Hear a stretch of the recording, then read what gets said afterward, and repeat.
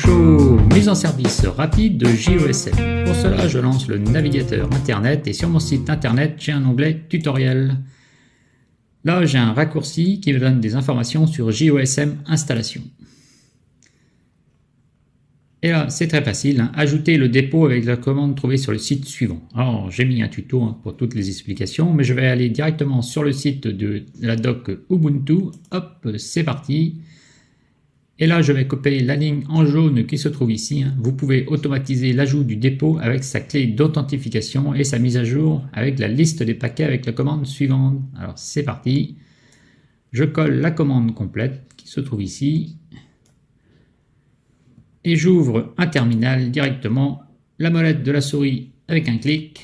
Et voilà, j'ai la commande complète. Je valide avec entrée le mot de passe. Et là, il va rajouter les dépôts qui correspondent à JOSM. Alors, c'est le seul dépôt que j'utilise en version PPA sur mon ordinateur. Sauf que maintenant, je suis sur Zorin OS. Et là, si je vais dans les paramètres, qui se trouvent ici, paramètres, je vais tout en bas dans le menu à propos. Et là, j'ai un raccourci qui me permet d'aller voir les mises à jour logicielles. Je clique sur mise à jour logicielle. Et là, je vais avoir accès à des paramètres de la mise à jour de l'ordinateur. Je clique sur paramètres. Et là, vous avez différents onglets pour les logiciels et mises à jour. Donc, logiciel Zorin à gauche. Donc là, c'est du classique, c'est ce que nous avons sur Ubuntu. Et là, vous avez un onglet autre logiciel, ça concerne les PPA. Et là, comme vous allez le voir, nous avons plein de PPA qui sont activés dans la Zorin OS. Donc ces PPA sont gérés par la Zorin OS, c'est des packages Zorin, zorin.com. Et dans ce package-là, nous allons maintenant avoir sûrement une entrée qui s'appelle le JOSM. Voilà, JOSM focal HTTP. Et voilà, ça c'est la mise à jour que j'ai rajoutée. Alors bien sûr, les mises à jour qui sont cochées ici, il ne faut pas y toucher, il faut les laisser activer et ne pas modifier les options qui ont été cochées d'origine. Dans l'onglet mise à jour, on peut le voir, il y a des mises à jour qui sont personnalisées, quotidiennes, téléchargées, affichées immédiatement. Donc j'ai laissé la configuration d'origine et elle a dû se mélanger un petit peu avec la Ubuntu 20.04, mais je n'ai pas touché aux paramètres qui se trouvent ici. Je vais voir dans les pilotes additionnels pour voir s'il y a des mises à jour. Et non, je n'ai pas de pilote additionnel à rajouter. Donc maintenant, je vais fermer le logiciel de mise à jour et je vais regarder si JOSM est fonctionnel. Pour cela, je vais aller dans les applications qui se trouvent à gauche et taper JOSM. Voilà, le logiciel est disponible. Je vais pouvoir donc l'installer, puisque dans mon tuto, là je viens d'installer les clés et le PPA qui me permet d'avoir une version JOSM à jour. Ensuite, il suffit d'ouvrir la Logitech pour avoir la dernière version de JOSM. C'est ce que je vais faire maintenant. Donc j'ouvre la Logitech.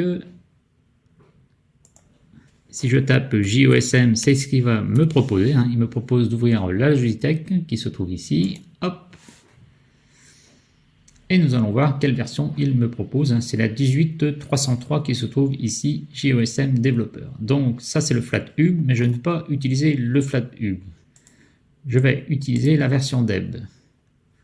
Là, c'est la version Snap, c'est pas ça que je veux non plus. Hop, alors donc, ce n'est pas ça encore. Donc là, dans le FlatHub, il faut que je cherche le .deb, local paquet, voilà.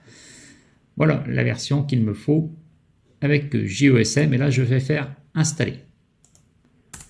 Alors, je testerai plus tard la version en Flatpak, parce que j'avais testé la version Snap, mais j'ai des soucis avec la version Snap, je n'arrive pas à utiliser les tracés GPS que j'ai sur mon ordinateur. Je ne peux pas les monter sur la version qui est en version Snap.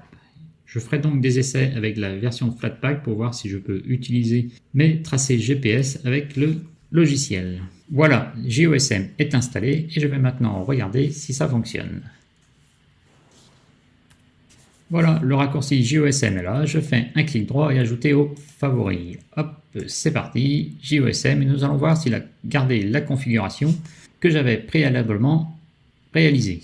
Et là, on le voit, les raccourcis ici sont toujours présents. Et si je fais télécharger une zone comme ici, précédemment, j'avais réalisé, hop, c'est parti.